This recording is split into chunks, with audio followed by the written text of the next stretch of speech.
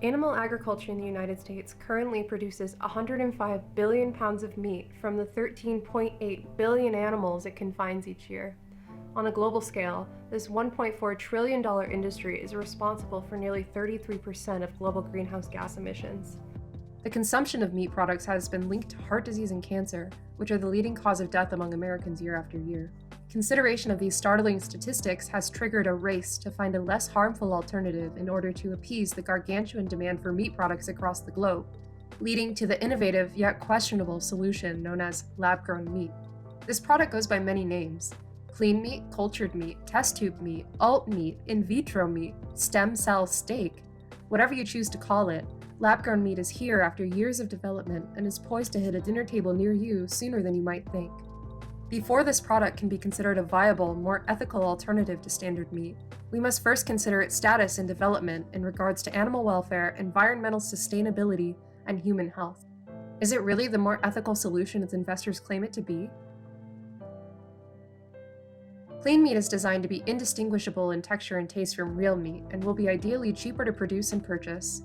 Typically, lab-grown meat is synthesized by taking animal-derived stem cells via biopsy and inoculating them into a growth medium, usually in what is known as fetal bovine serum, or FBS for short.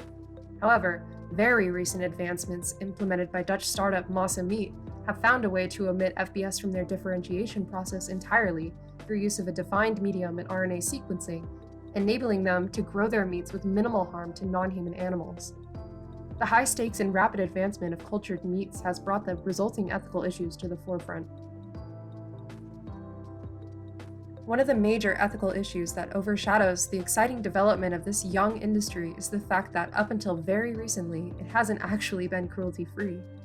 Clean meat's heavy reliance on the use of FBS, which is derived from the blood of cow fetuses removed from pregnant cows at slaughter, is a major setback, since this undefined medium is a byproduct of animal agriculture. The process of collecting FBS from a calf can take up to 5 minutes until its heart stops beating, and it is reasonable to assume that calves may consciously experience pain during the collection process, making it inherently unethical in terms of animal welfare. While Massa Meat is making great strides by moving away from the use of FBS in its process, this technology is not standard practice for the 80-plus clean meat startups across the globe. Many clean meat companies have made the pledge to remove FBS from their products before coming to market, but finding a medium that is not only ethical, but scalable, has proven to be quite the challenge. All this considered, if clean meat doesn't find a way to remove animals from the equation by finding an economical yet practical way to distribute their products on an impactful scale, it doesn't serve its intended purpose as a more ethical alternative for standard meat. Another major ethical issue that clean meat is hoping to resolve is the harmful environmental impact associated with animal agriculture. The exact impact that clean meat will have on this issue is a difficult thing to measure since the industry is still in its developing stage. A majority of the comparisons drawn are based on hypotheticals and climate modeling with little concrete evidence to advocate for the adoption of clean meat. According to a 2019 article published by Oxford physicist Raymond Pierre Humbert, when we model the long-term effects of clean meat's energy usage and compare it to big meat's current greenhouse gas emissions, there is an initial overall improvement, but over time that gap starts to narrow. Until clean meat companies have ironed out exactly what resources are involved in the production of their product and the energy consumption of their equipment, we cannot assume that this standard meat alternative is any more environmentally ethical. As previously stated, there have been strong links discovered between meat consumption and various illnesses such as heart disease and cancer.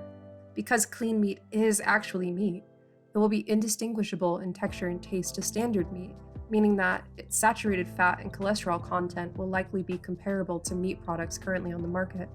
It can be assumed that because clean meat does nothing to address the rate at which meat is consumed by poising their products as a direct replacement for standard meat, it serves to perpetuate the health issues associated with the consumption of standard meat products and might even increase the rate of diet-related disease by marketing itself as a less harmful option.